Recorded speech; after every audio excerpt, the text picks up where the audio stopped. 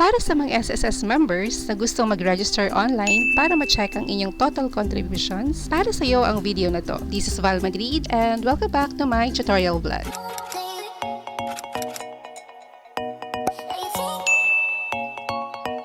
How to register for an SSS account online.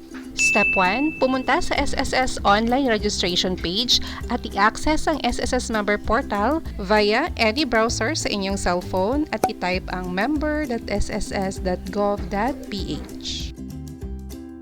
Automatically, mapupunta kayo sa member login page.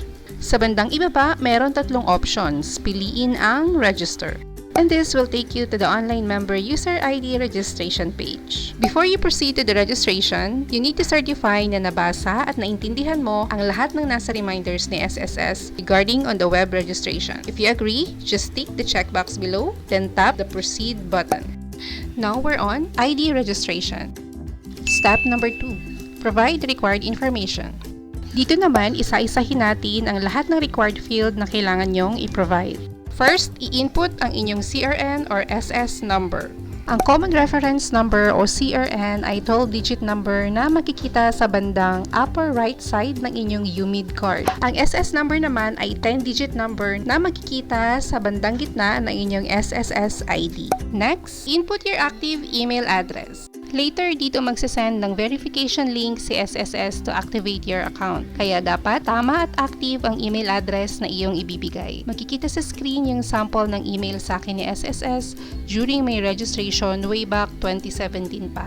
Next is input your preferred user ID. Ano ba tong user ID? Bale, ito yung ginagamit ninyong username or credential every time na magla-login kayo. User ID must be at least 8 to 20 characters. Ito ay combination ng alphabetic and number. Underscore lang ang pwedeng gamitin na special character at alphabetic dapat ang unang character. Halimbawa, 1_Cruz1234. Walang space. Dapat madali nyo lang matandaan o mag-save ng notes sa inyong cellphone para di makalimutan. Next is your complete name. In this part, dalawa lang ang required field, ang surname or last name at ang given name or your first name. Kung wala kayong middle name or suffix, just leave it blank. Next is your date of birth.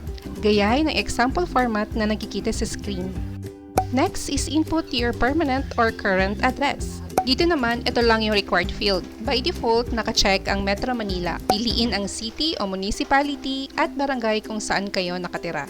Naka-drop-down list ang cities and barangay kaya pipili na lang kayo. Upon completed, automatic na magkakaroon ng postal code sa bandang ibaba. Optional lang or kahit hindi punan ang text box under room, floor, building name, house number, lot and block number, street and subdivision.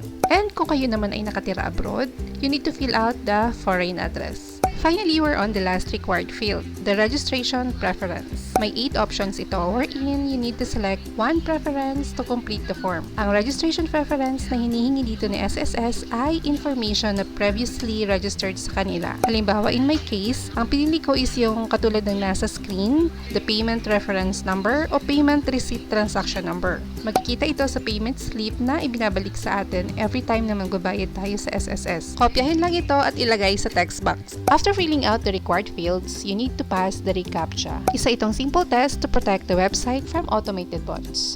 Then after that, just tick the checkbox under the terms of service and then tap the submit button. Next is the confirmation page. In this part, you need to confirm kung tama ang lahat ng in-input mong data. If all the informations are correct, click confirm.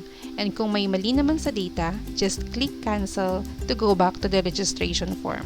We're on step number 3. Check your email. After you submit your online membership application, the SSS will validate your information against its records. If they match, you'll receive an email within the day from web.notifications@sss.gov.ph. The message contains an activation link at ang iyong user ID. Click the link para makapag-proceed to create your password. This will be our last step.